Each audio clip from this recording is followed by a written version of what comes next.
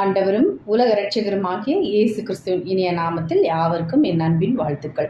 உங்களுக்குள் என்ன இருக்கிறது என்பதை அறிந்து கொள்ளுங்கள். ஆவியின் கனியோ அன்பு, சந்தோஷம், சமாதானம், நீடிய பொறுமை, தயவு, நற்குணம், விசுவாசம், சாந்தம், இச்சையடக்கம், இப்படிப்பட்டவைகளுக்கு விரோதமான பிரமாணம் ஒன்றுமில்லை. கலாத்தியர் 5:22-23. நான் ஏன் எப்போதும் ஒவ்வொரு நாளும் கோபப்பட்டு மக்களிடம் கத்துகிறேன் என்று எனக்கு தெரியவில்லை. அதை நான் வெறுக்கிறேன், ஆனாலும் என்ன செய்வதென்று தெரியவில்லை என்று ஒருவர் கூறினார். அது உங்கள் அனுபவமாக இருந்தால் நீங்கள் இப்படி உங்களுக்குள்ளே சொல்லுங்கள், இன்று முதல் நான் வித்தியாசமானவன். ஏனென்றால் என் பரலோக பிதாவின் தன்மையும் குணாதிசயமும் என்னிடம் உள்ளது. நான் பொறுமையானவன், நான் நிதானமானவன், நான் சாந்தமானவன், நான் கருணையும் இரக்கமும் உள்ளவன்.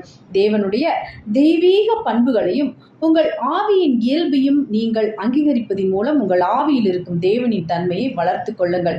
உங்களில் உள்ள சகல நன்மைகளும் தெரியப்படுகிறதுனாலே உம்முடைய விசுவாசத்தின் அந்யோன்யம் கிறிஸ்து இயேசுவுக்காக பயன்பட வேண்டும் என்று வேண்டுதல் செய்கிறேன். பிலோமான் 1:6. ஆவியின் எல்லா கனிகளும் உங்களுக்குள் இருக்கிறது என்பதை ஒப்புக்கொண்டு அறிவியுங்கள். அன்பு, சந்தோஷம், சமாதானம், நீடிய பொறுமை, தயவு, நற்குணம், விசுவாசம், சாந்தம், இச்சையடக்கம், இவை உங்கள் ஆவியில் இருக்கிறது என்று தேவ வார்த்தை கூறுகிறது. ஆகையால் அன்புடன் எனக்கு ஒரு பிரச்சனை இருக்கிறது, மக்களை எப்படி நேசிப்பது என்று எனக்கு தெரியவில்லை என்று சொல்லாதீர்கள். மாறாக நான் அன்பால் நிறைந்திருக்கிறேன், பரிசுத்த ஆவியானவரால் தேவ அன்பு என் இருதயத்தில் ஊற்றப்பட்டிருக்கிறது, நான் தேவ அன்பின் வெளிப்பாடு என் உள்ளத்திலிருந்து அன்பு பரவுகிறது என்று கூறுங்கள். உங்களுக்குள்ளே என்ன இருக்கிறது என்பதை நீங்கள் அறிந்திருக்க வேண்டும். இது உங்களுக்கு எப்படி தெரியும்? தேவனுடைய வார்த்தையின் மூலமாக அறியலாம். உதாரணமாக, நீங்கள் கிறிஸ்து இயேசுவுக்குள் தேவனுடைய நீதி என்று தேவ வார்த்தை சொல்லுகிறது. எனவே நீங்கள் நீதிமானாக இருக்க முயற்சிக்கிறீர்கள் என்று சொல்லாதீர்கள். வார்த்தை சொல்லுகிறபடி நீங்கள் நீதிமான் என்று சொல்லுங்கள்.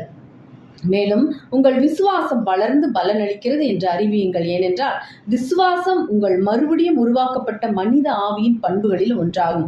தேவ வசனங்களின்படி உங்களுக்கு ஏற்கனவே விசுவாசம் இருக்கிறது. ரோமர் 12:3. உங்கள் விசுவாசத்தால் நீங்கள் எதையும் செய்ய முடியும், எதையும் பெற்றுக்கொள்ள முடியும், எங்கும் செல்ல முடியும். மற்றும் தேவன் நீங்கள் எப்படி இருக்க வேண்டும் என்று முன்குறித்தாரோ அவ்வாறாகவே இருக்க முடியும். கடுகு விதையளவு விசுவாசம் உங்களுக்கு இருந்தால் நீங்கள் இந்த மலையை பார்த்து இவ்விடம் விட்டு அப்புறம் போ என்று சொல்ல அது அப்புறம் போம். உங்களால் கூடாத காரியம் ஒன்றுமிராது என்று மெய்யாகவே உங்களுக்கு சொல்லுகிறேன் என்று இயேசு சொன்னார். மத்தேயு 17:20.